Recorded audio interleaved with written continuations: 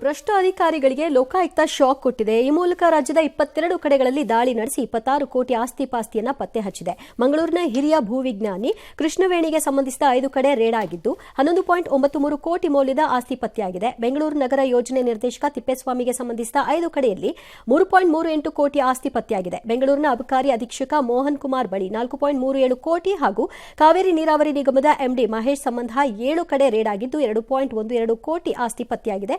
ಎಲ್ಲರ ಬಳಿಯೂ ಕೆಜಿಗಟ್ಟಲೆ ಬಂಗಾರ, ಬೆಳ್ಳಿ, ಎಕರೆಗಟ್ಟಲೆ ಭೂಮಿ, ನಿವೇಶನಗಳ ಪತ್ರಗಳು ಲಭ್ಯವಾಗಿವೆ. ಅಲ್ಲ, ಅದು ಏನು ಬೇಕಾದ್ರೂ ಇರ್ಬೋದು, ಬಟ್ ಯು ಕಾಂಟ್ ಡಿಕ್ಲೇರ್ ಭ್ರಷ್ಟಾಧಿಕಾರಿಗಳು ಅಂತ ಈಗಲೇ.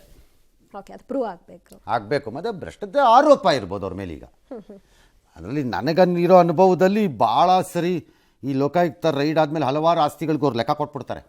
ಓಕೆ, ಅದೇನಾಯ್ತು ಅನ್ನೋ ಕ್ಲಾರಿಟಿ ಲೆಕ್ಕ ಕೊಟ್ಬಿಡ್ತಾರೆ ಕರೆಕ್ಟಾಗಿ. ಅದಕ್ಕೆ ಅದು ಎಂಥದೋ ಒಂದು ಲೆಕ್ಕ ಒಟ್ಟಲ್ಲಿ ಕೊಟ್ಬಿಡ್ತಾರೆ ಅವ್ರ ಮೇಲೆ.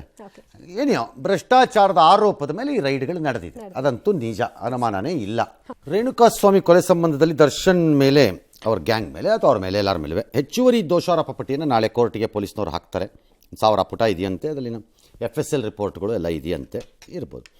ಮತ್ತು ಈ ಕೊಲೆ ನಡೆದಿರೋ ಸ್ಥಳದ ಫೋಟೋನ ಏನೋ ಡಿಲೀಟ್ ಮಾಡಿದ್ರು ಅಂದಿದ್ರಲ್ಲ, ಅದನ್ನು ಯಾರೋ ಒಬ್ಬ ಪ್ರತ್ಯಕ್ಷದರ್ಶಿ ಪುನೀತ್ ಅನ್ನೋ ಮೊಬೈಲ್ನಿಂದ ರಿಕವರಿ ಮಾಡಿಬಿಟ್ಟಿದ್ದಾರಂತೆ, ಒಂದು 7-8 ಫೋಟೋನ. ಅದರಲ್ಲಿ ಅದು ದರ್ಶನ್ ನಿಂತ್ಕೊಂಡಿರೋದು ಅಥವಾ ಯಾರ್ಯಾರೋ ನಿಂತಿರೋದು ಮಾಡೋದೆಲ್ಲ ಇದೆಯಂತೆ. All right. ಈ ಆರೋಪ ಪಟ್ಟಿ ಪವಿತ್ರ ಗೌಡ ಸೇರಿ ಎಲ್ಲರೂ ಸಲ್ಲಿಸಿರೋ ಬೇಲ್ ಅರ್ಜಿನ ಹೈಕೋರ್ಟಿನ ಏಕಸದಸ್ಯ ಪೀಠ ನವೆಂಬರ್ 26 ಮುಂದಕ್ಕೆ ಹಾಕಿದೆ. ಈ ಮಧ್ಯೆ ಅವ್ರು ಕೋರ್ಟಲ್ಲಿ ಕೇಳಿದ್ದಾರೆ SPP, ಅದೇನು ಎಷ್ಟು ದಿನ ಚಿಕಿತ್ಸೆ, ಯಾವಾಗ ಆಪ್ರೇಷನ್ನು, ಏನು ಗೊತ್ತಾಗ್ತಿಲ್ಲ. ಅದಕ್ಕೆ ಅವರು ಸರ್ಜರಿಗೆ ದಿನಾಂಕ ಫಿಕ್ಸ್ ಆಗಿಲ್ಲ, ತಯಾರಿ ಮಾಡ್ಕೊಳ್ತಿದ್ದೀವಿ ಅಂತೇನೋ ಮೆಡಿಕಲ್ ರಿಪೋರ್ಟ್ ಹಾಕಿದ್ದಾರಂತೆ. ಮೇ ಬಿ ಕೋರ್ಟ್ ಕೇಳುತ್ತೆ ತಯಾರಿ ಅಂದರೇನು.